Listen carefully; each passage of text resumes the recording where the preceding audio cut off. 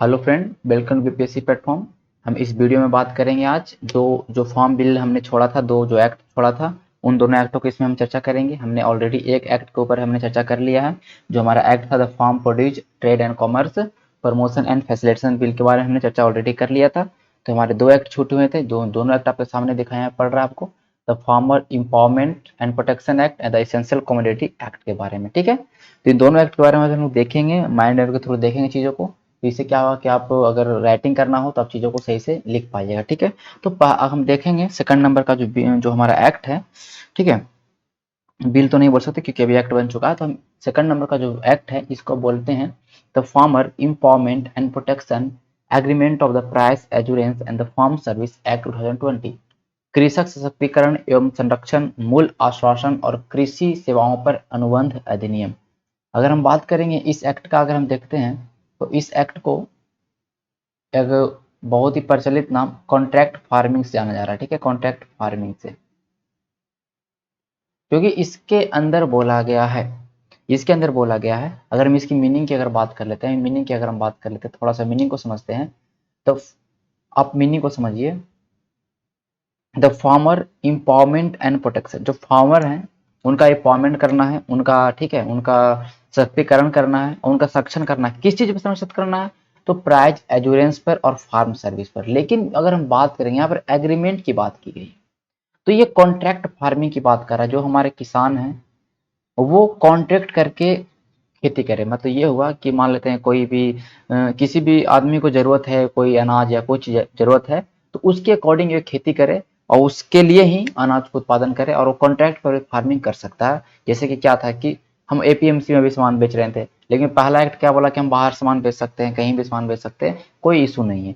इसमें बोला contract farming कर सकते हैं। इस ये पहले इंडिया में नहीं था, ये चीज़ अभी पहली बार आया इस एक्ट के थ्रू, कि जो किसान है वो किसी भी, कोई भी फर्म से, कोई भी स्पॉन्सर है या कुछ भी हो, इसमें स्पॉन्सर बोला गया, किसी से भी वो कॉन्टेक्ट कर लेगा कि हाँ हम इतना, ये बोलेगा कि हमको इतना अनाज चाहिए, मान लेते हैं 1 क्विंटल हमको ये चीज़ चाहिए अनाज। एनीथिंग, कुछ भी हो सकता है इसके अंदर में, मतलब फल चाहिए, फूल चाहिए, एनीथिंग कुछ हो सकता है कि हमको इतना चाहिए, आप इसको इस तरह से उत्पादन करिए, फिर आप उसको बेचिएगा। तो इस तरह से इसमें कॉन्ट्रैक्ट फार्मिंग की बात की गई है। अगर इसको हम समझना चाहेंगे तो इस पे एग्रीमेंट की बात इस एक्ट के अंदर बोला गया है कि अगर कॉन्ट्रैक्ट फार्मिंग करते हैं तो किसानों को प्राइस एश्योरेंस मिलना चाहिए, और साथ ही साथ फार्म सर्विस पर एग्रीमेंट होना चाहिए। ऐसे तो कोई भी बोलेगा आप इतना उपजाइए, हम इतना सामान खरीदेंगे, और बाद में नहीं खरीदेगा, तो कहीं ना कहीं सारा चीजें हो गया। तो इसलिए एग्रीमेंट की बात कही है इस एक्ट के अंदर में। प्रोविजन की अगर हम बात करते हैं तो हम एक एक करके सारे प्रोविजन को पढ़ेंगे, समझेंगे। हम यहाँ पर कुछ लिखने वाले नहीं, लेकिन हम बस चीज़ों को समझना है, ठीक है। और उसके बाद आपको खुद से यहाँ पर जो भी चीज़ें हैं यहाँ से खुद से बनाना है, सब कुछ आपका ऑलरेडी बन जाएगा, ठीक है। ओके, चलिए। तो पहला अगर हम बात करें तो यहाँ पर आपको दिखाई दे होगा एग्रीमेंट। अब एग्रीमेंट जो होगा फार्मर के बीच में होगा और स्पॉन्सर के बीच में होगा। स्पॉन्सर, इस पे बोला गया स्पॉन्सर हो सकता है, कोई प्राइवेट फर्म हो सकता है, एनीवन जो जिसको चाहिए, जिसके लिए आप खेती करना चाह रहे हैं, जिसके लिए, जैसे मान लेते हैं कि आपके पास कुछ, मतलब ये कह सकते हैं कि आपके पास कोई फल का दुकान है, या एनी तो कुछ ऐसा बनाते हैं, कुछ मिठाई का दुकान है, कुछ एनीथिंग समझ लीजिए। अगर किसी किसी कहीं पे किसी को जरूरत है कि इतना हमको फल चाहिए, कोई फैक्ट्री है, वहाँ पे कुछ फल से ऐसा कुछ कुछ जूस बनता है, कुछ ऐसा बनता है, वो जरूरत पड़ेगा कि नहीं हमको इतना फल चाहिए, मेरे लिए आप उत्पादन करिए, तो उसके अकॉर्डिंग अपने खेत में आप फसल लगाइएगा, फल लगाइएगा, जो भी चीज़ें हैं। तो वो होता है कि उसके बीच में जो एग्रीमेंट होगा, इसके अंदर बोला कि एग्रीमेंट करवाना की बात की गई है, कि एग्रीमेंट कर सकते हैं और कॉन्ट्रैक्ट फार्मिंग कर सकते हैं। साथ ही साथ बोला गया तो फार्म प्रोडक्ट के ऊपर एग्रीमेंट होगा और सर्विस के ऊपर। फार्म प्रोडक्ट मतलब जो भी प्रोडक्ट आप उपजाइएगा उसके ऊपर एग्रीमेंट होगा कि हम इसमें लिखा रहेगा डायरेक्टली कि हम इसके ऊपर, हम इस चीज़ को उपजा रहे हैं, इसके लिए उपजा रहे हैं। सर्विस क्या हो गया? अगर मान लेते हैं कि जिसके लिए आप उपजा रहे हैं वो सर्विस पर प्रोवाइड करेगा, मान लेते हैं कि वो सर्विस क्या प्रोवाइड कर सकता है, वो हो सकता है वो आपको बीज दे खुद से, वो इस तरह से वो आपको हो सकता है एग्रीकल्चर साइंटिस्ट को भेजे चेक करने के लिए इनकी प्रोडक्ट की क्वालिटी क्या होगा। तो इन सारों का वहाँ पर नाम मेंशन होगा, ये ऐसा एग्रीमेंट बनाया जाएगा। ये इस एक्ट के अंदर बोला गया। पीरियड क्या बोला गया कि क्या पीरियड होगा एक एग्रीमेंट का? तो एक एग्रीमेंट का पीरियड बोला गया है वन क्रॉप सीजन। एक फसल का जो मौसम है ये वन क्रॉप सीजन उतना उसका एग्रीमेंट होगा। और अगर हम बात कर लेते हैं, अगर मान लेते हैं कि एग्रीमेंट और फार्म सर्विस के अंदर में तो बहुत सारी चीज आ जाएंगे, इसमें डेयरी भी आ जाएगा। तो डेयरी अगर आ गया इसके अंदर में, तो एक ब्रीडिंग सीजन मतलब कि एक जो कोई भी एनिमल है उसका एक ब्रीडिंग सीजन पर ये एग्रीमेंट रहेगा, ये इसका पीरियड इसमें बात है। तो आपको पीरियड मेंशन करना होगा, तो आप इन चीजों को यहाँ पे लिख सकते हो। ओके, मॉडल कॉन्ट्रैक्ट, इसमें ये जो बात बोलेगा है मॉडल कॉन्ट्रैक्ट का, बोला कि सरकार मॉडल कॉन्ट्रैक्ट बनाएगी। में भी बोल दिया गया है कि सरकार में भी मतलब हो सकता है सरकार मॉडल कॉन्ट्रैक्ट बनाए और कभी कभी गाइडलाइन जारी करे किस तरह से आपको कॉन्ट्रैक्ट करने हैं स्पॉन्सर के साथ। तो मतलब एक तरह से इस तरह से कॉन्ट्रैक्ट बना के देगी सरकार आपको मॉडल, कि हाँ इससे आधार पे आपको बनाना है जो भी आपका, जैसे कि आप आज कोई भी आप सर्टिफिकेट बनाते हैं, जैसे कि मान लेते हैं ओबीसी सर्टिफिकेट हो गया या एसटी सर्टिफिकेट हो गया, कुछ भी बनाते हैं तो उसका एक मॉडल होता है ना, इस तरह से लिखा रहता है, उसमें बस आपको नाम भरना होता है।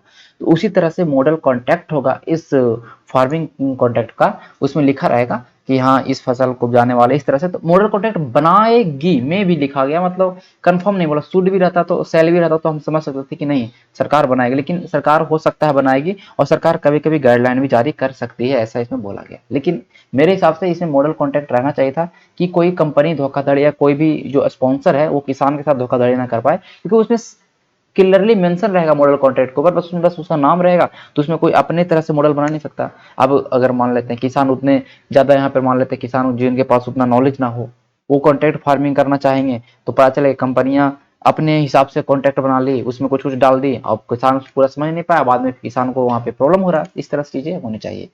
प्राइस फिक्सिंग मैकेनिज्म है कि जो प्राइस फिक्स किया जाएगा, कोई भी जैसे मान लेते हैं कि हम कुछ भी चीज उपजा रहे हैं तो उसका कोई प्राइस फिक्स तो होगा ना।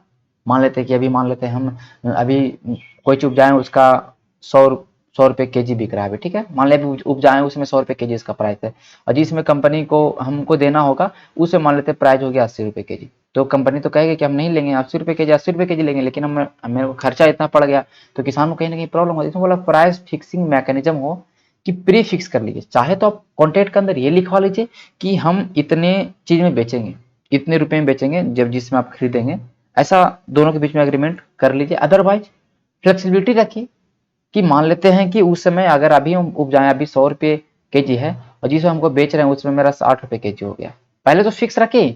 अगर मान लेते हैं कि 60 रुपये केजी हो गया, तो उस समय क्या करना है कि एपीएमसी का जो रेट चल रहा है उसको उसके उसके अकॉर्डिंग हम देखते हुए चीज को करेंगे, ऐसा बोला गया। इस तरह से उसमें आप मेंशन कर लीजिए, क्लियरली मेंशन कर सकते हैं अपने अनुबंध के अंदर कि हाँ हम इतना में बेचेंगे, अगर उसमें अगर दाम कम भी गया तो इस तरह से चीजें होनी चाहिए, नहीं होगा तो प्रॉब्लम तो होगा ही, आपको पता होना चाहिए।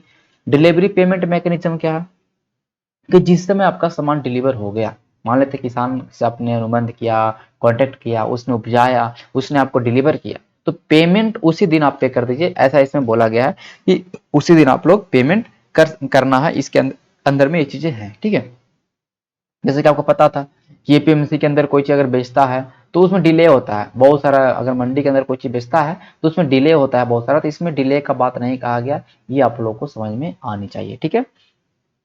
तीसरा है, इसके अंदर हम अगर चीज देखेंगे तो फार्मर लैंड स्ट्रक्चर, ये आपको समझना चाहिए कि इसमें ये बोला गया है कि कोई भी अगर किसान का भूमि है, किसान का अगर मान लेते किसी के साथ कांटेक्ट किया, उसके अकॉर्डिंग कोई भी फसल उगाना है, कुछ भी यानी क्रॉप हो सकता है, फ्रूट हो सकता है, कुछ भी, अगर वो कंपनी चाहता है कि आप इस तरीके से उपजाइए इसमें कोई भी, तो ये बोला गया है कि जो फार्मर का जो जमीन है, जो लैंड है, उसके अंदर कोई भी स्ट्रक्चर खड़ा नहीं कर सकते हैं। जो भी प्राइवेट कंपनियां होगी, स्पॉन्सर की बात की गई, अगर मान लेते किसान का ये खेत है, ठीक है, किसान का खेत है, अब ये इसने स्पॉन्सर किया, एक आदमी ने स्पॉन्सर किया, ये यहाँ पर मान लेते हैं इस तरह से खेत के अंदर कुछ ऐसा स्ट्रक्चर बना दिया, मतलब कुछ भी खेत के अंदर ऐसा चीज बना दिया कि नहीं हम इसी तरह से बना देते हैं, इससे खेती करने में आसानी होगा, इस तरह से कुछ स्ट्रक्चर आप नहीं बना सकते। अगर बनाइएगा भी तो फार्मर के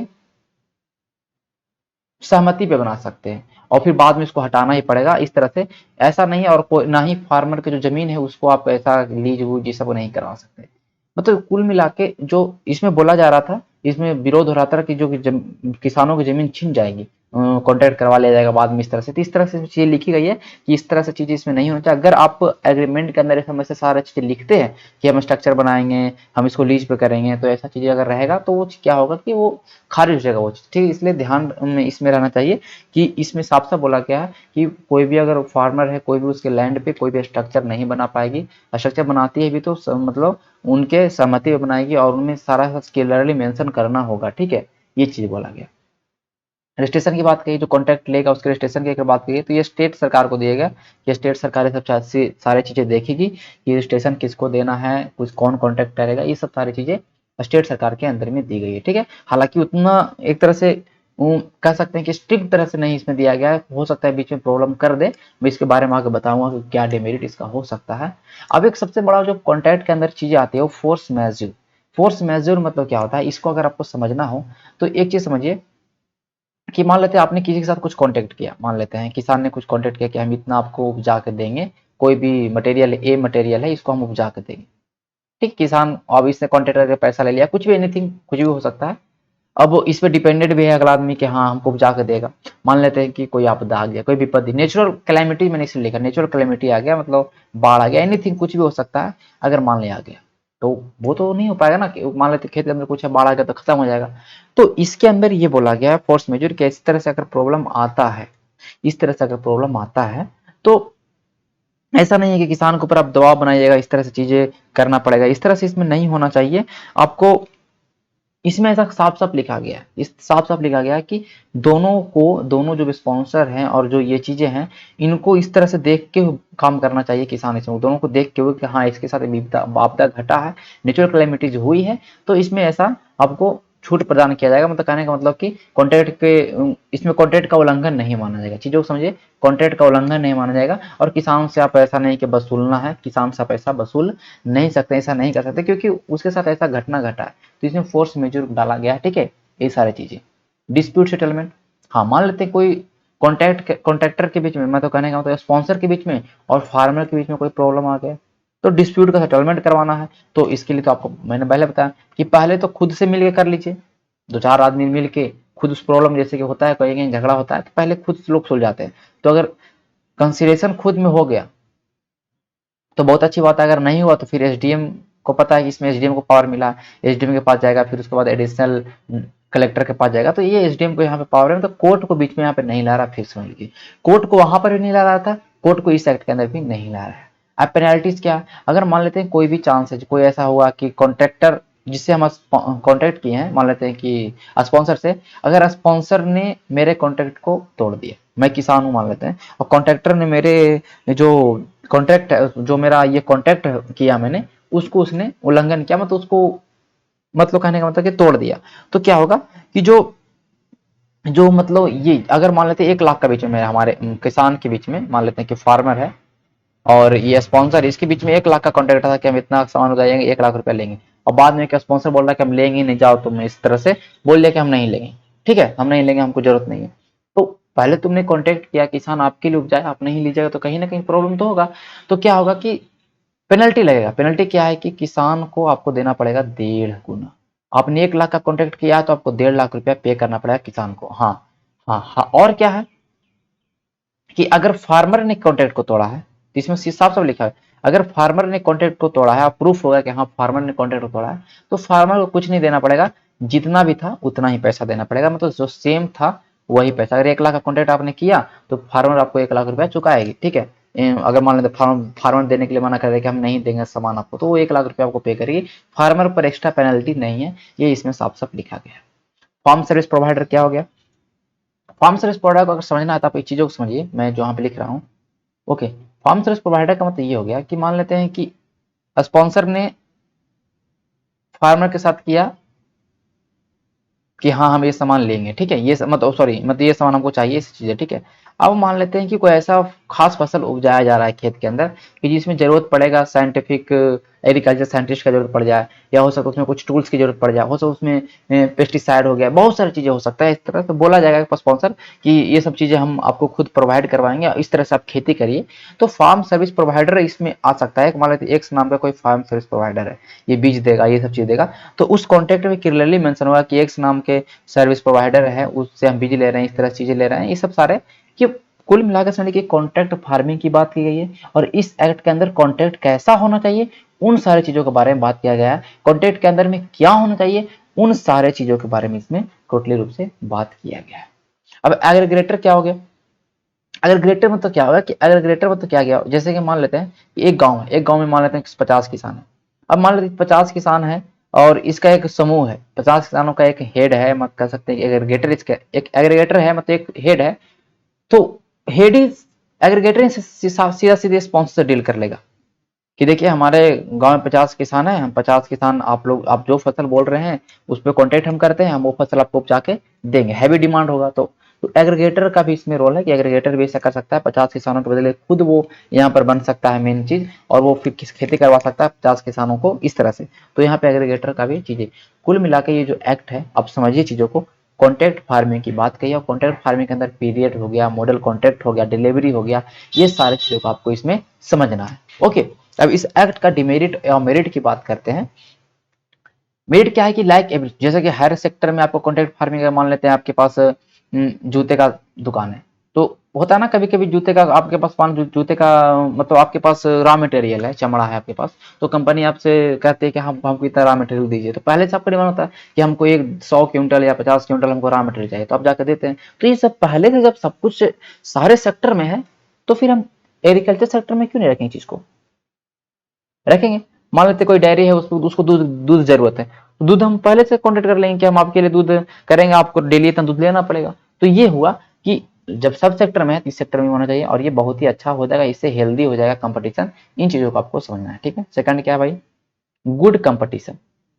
कंपटीशन तो बनेगा ही। अब हर लोग कॉन्ट्रैक्ट फार्मिंग कर रहे हैं, तो कहीं ना कहीं यहाँ पे गुड कंपटीशन होगा, और गुड कंपटीशन होगा तो इनोवेशन होगा,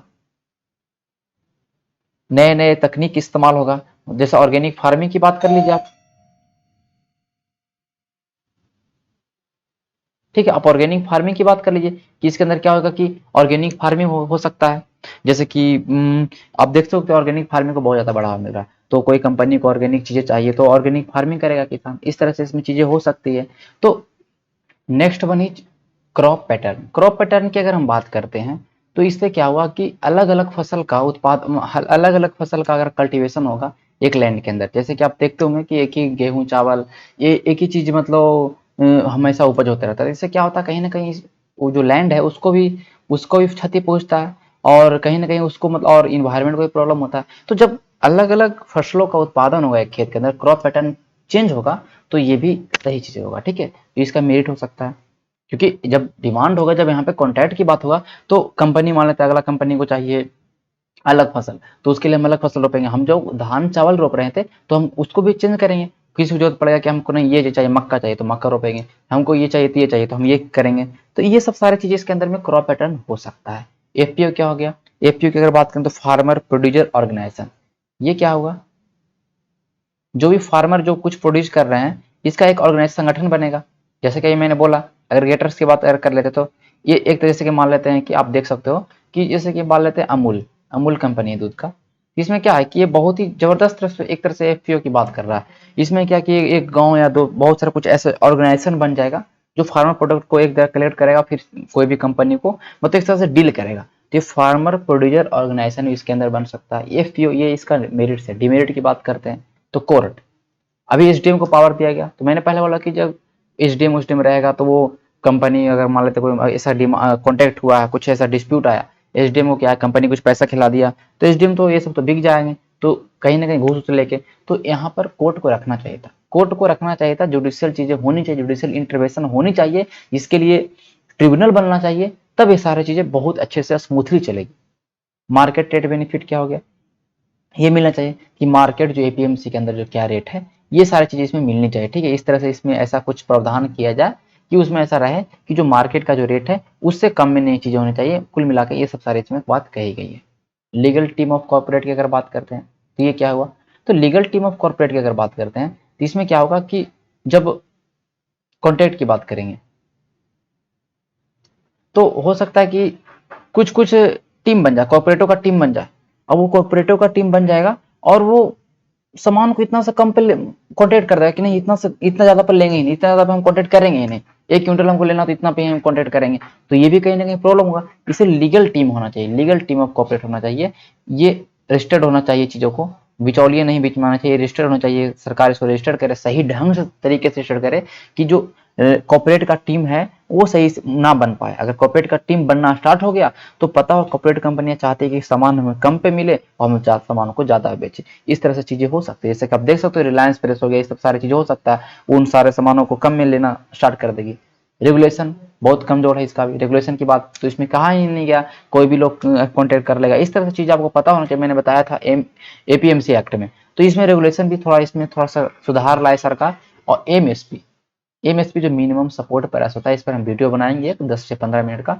तो मिनिमम सपोर्ट प्राइस को कहीं ना कहीं सरकार छोड़ रही है, तो इसको किया जाए, ठीक है। अब एपीएमसी के अंदर जाएगा तभी मिनिमम सपोर्ट प्राइस मिलेगा, बाहर बेचेगा तो मिनिमम सपोर्ट प्राइस नहीं मिलेगा, ऐसा बोला गया। तो इसमें है कि भाई एमएसपी को भी कम से कम शामिल करिए कॉन्ट्रैक्ट फार्मिंग के अंदर, इससे कम पे तो सामान ना बिके, ये ऐसा चीज हो, उसके बाद इसे सारी चीजें रहे तो फिर कोई क्या ही बात है, फिर तो कहने का सही चीज हो जाएगा, ठीक है। ये इस एक्ट का मेरिट और डिमेरिट मैंने बता दिया। अब ये इस एक्ट के बारे में आप देख सकते हो कि एक तरह से आपका रिटर्न लिखा होगा, इसको आप पढ़ लीजिएगा, पीडीएफ जब मिल जाएगा तो आपको चीजें सही से आप लिख पाइएगा, ठीक है। और भी नेट पे मिल जाएगा बहुत ज़्यादा चीज़, ये सब भी चीज़ आपको नेट से प्रोवाइड मैंने किया है यहाँ पर, तो चीज़ों को देख सकते हैं। जो अब नेक्स्ट जो हमारा एक्ट है वो है essential commodity act. Essential commodity act है मतलब आवश्यक वस्तु। अभी क्या हुआ कि अगर हम बात करेंगे ये जो एक्ट है संशोधन है 1955 का, 1955 में जो एक्ट आया था उसका संशोधन है ये। अब क्या हुआ कि कुछ लोग इसेंशियल कमोडिटी जैसे गेहूं चावल है उसका क्या करते थे, स्टोर कर लेते थे, स्टोर करते थे। और जब सामान जब कम जाता था मार्केट के अंदर तो क्या करते थे, फिर इसको बेचते थे, मतलब कहने का मतलब काला बाजारी होता था। तो 1955 में एक्ट आया, उसमें बोला गया कि कोई भी आवश्यक वस्तु, जो भी आवश्यक वस्तु एसेंशियल कमोडिटी है, इसके अंदर में जो जो वस्तु आते थे उनका आप स्टोरेज भंडारण नहीं कर सकते हैं। ये बोला गया था 1955 के एक्ट के अंदर में। कुछ कुछ चीजें इसके अंदर में थी, कौन चीजें बोला उसका भंडारण आप नहीं कर सकते हैं, अगर करते हैं तो फिर वो कानूनी कार्रवाई होगा, मतलब कहने का तो दंडनीय अपराध। लेकिन जो ये एक्ट है उसी का संशोधन 2020 में आया, ये बोला गया जो भी फूड स्टफ है, जो भी फूड स्टफ है उसका सप्लाई और उसका जो रेगुलेशन है, जो भी चीजें होगा, ये कब होगा, ये कब रेगुलेशन किया जाएगा इसका। ये जो इसेंशियल कमोडिटी जो एक्ट है जो बोला गया था पहले 1955 में कि नहीं करना है, ये कब, जब एक्स्ट्रा ऑर्डिनरी सर्कमस्टांसेज आए तभी। और एक्स्ट्रा ऑर्डिनरी सर्कमस्टांसेज के मतलब क्या हुआ कि बहुत ही कठिन परिस्थितियां आ जाए, कैसे, जब कोई युद्ध हो जाए, कोई फैमिन आ जाए, नेचुरल कैलेमिटी कुछ भी हो सकता है, प्राइस राइज हो जाए, ये केसेज, जब ये जो केसेज है ना, इसी केसेज में आप, सरकार बोलते हैं इसी केसेज में हम इसके स्टोर पे रोक लगाएंगे। अदरवाइज स्टोर कर सकते हैं, अरे स्टोर कर सकते हैं, मान लेते कोई कंपनी है उसको बहुत ज्यादा कोई भी मान लेते क्रॉप्स है, कोई भी क्रॉप अगर मान लेते कि राइस की बात कर लीजिए, कोई कंपनी जो ऐसा राइस का प्रोडक्ट बनाती है तो उसको तो कहीं ना कहीं चाहिए ना, उसको चाहिए, रोज उसके फैक्ट्री में काम हो रहा है तो उसको मान लेते हैं कि 10 क्विंटल या 50 क्विंटल या उतना उसका खपत ही है रोज का, तो वो कहीं ना कहीं पहले से स्टोर करके तो रखेगी, किसान से लेके स्टोर करके तो रखेगी। तो ये सही बात है ना, सही से डेवलपमेंट अगर चाहिए तो वो चीज तो रखना करना पड़ेगा, तो कंपनी ऐसी थोड़ी ना चलेगी। तो इसमें ये बोला गया कि स्टोर कर सकता है, कोई बात नहीं, ऐसा नहीं, पहले वाला नियम नहीं है, वो स्टोर कर सकती है, लेकिन इन केसेज में सरकार इस पे रेगुलेशन करेगी। सरकार चाहेगी तो रोक लगा सकती है एक्स्ट्रा ऑर्डिनरी सर्कमस्टांसेज में। प्राइस राइज की बात क्या हुआ, प्राइस राइज की बात यह है कि प्राइस राइज में दो तरह की बातें की। अगर मान लेते कोई सब्जी, प्राइस राइज को हम ऊपर लिख देते हैं, ऊपर यहाँ पे वेज है या फ्रूट है, ये सब सारी चीजें अगर मान लेते हैं कि पिछले साल की तुलना में अगर बात किया जाए कि पिछले 12 महीना से पिछले चीज का देखा जाएगा, मान लें पिछले साल 100 रुपए केजी था कोई सब्जी, ठीक है, कोई सब्जी 100 रुपए केजी था पिछले साल, और मान लेते हैं कि इस बार वो 200 रुपए केजी हो गया, मतलब 100% से अगर उसका प्राइस बढ़ गया है तो सरकार को ऐसा लगेगा कि इसका प्राइस राइज हुआ है तो इसके भंडारण पे हमें रोक लगाना चाहिए। तो सरकार क्या बोलेगी, रेगुलेशन करेगी इस एक्ट के थ्रू, और वो फिर उस पर रोक लगा सकते हैं कि हाँ ये इसेंशियल कम्युनिटी बन गया, अब इस पे आप इसका आप स्टोरेज नहीं कर सकते हैं, ये इसके अंदर में लिखा गया। फिर बोला गया कि अगर कोई क्रॉप से मान लेते पल्सेज है, दाल ये सब है, ठीक है, सीरियल क्रॉप्स कुछ भी हो गया, ऑयल सीड हो गया, ये सब हो गया। इसके अंदर ऐसा बोला गया कि अगर इसका दाम 50% बढ़ गया पिछले साल की तुलना में, तब इसको हम इसेंशियल कमोडिटी कह सकते हैं, ठीक है। ये सारी चीजें हो गया, मतलब ये होगा कि भारत के अंदर अब कमी नहीं है ग्रेनेज की। आप बात करेगा, भारत एक आत्मनिर्भर बन चुका है इन सारे क्षेत्रों में। तो आप सोच सकते हैं कि फिर क्यों हम रोक लगाएं कोई चीज को स्टोर करने पे। रोक लगाना कोई बड़ी मतलब कहने का मतलब जरूरी नहीं है। इसकी एक्सेप्शन क्या है?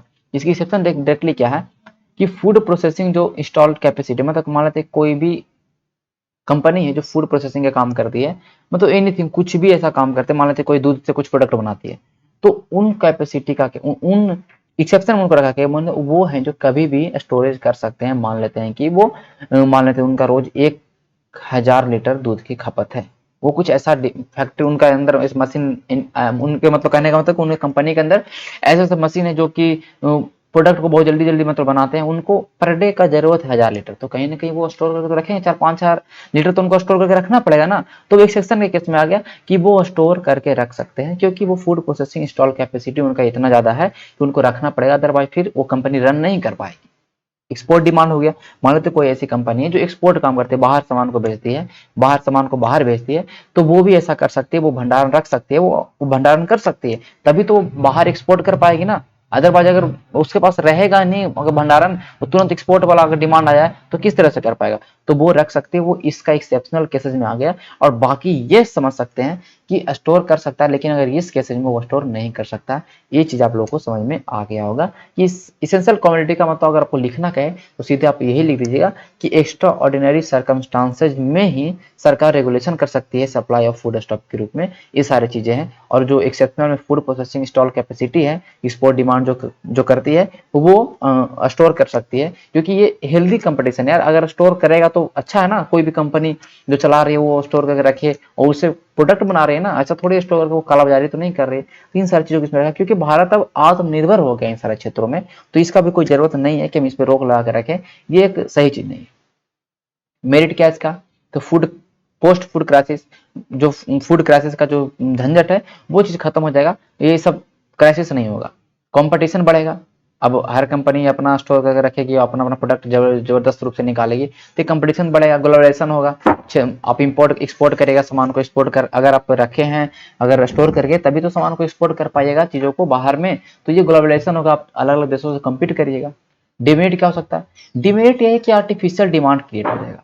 आर्टिफिशियल डिमांड का मतलब होगा कि कुछ लोगों को जरूरत भी नहीं है, कुछ ऐसे कंपनियां हैं उसको जरूरत भी नहीं है, वो डिमांड करे कि हमको इतना सारा स्टोर करके रख लेंगे, वो सरकार को दिखा देगा हम इतना स्टोर करके रखें, बाद में हो सकता है उसको कालाबाजारी कर दे। तो ये सारे क्रिएट हो सकता है। और मैनिपुलेशन ऑफ रेट, और रेट को मैनिपुलेट कर सकता है।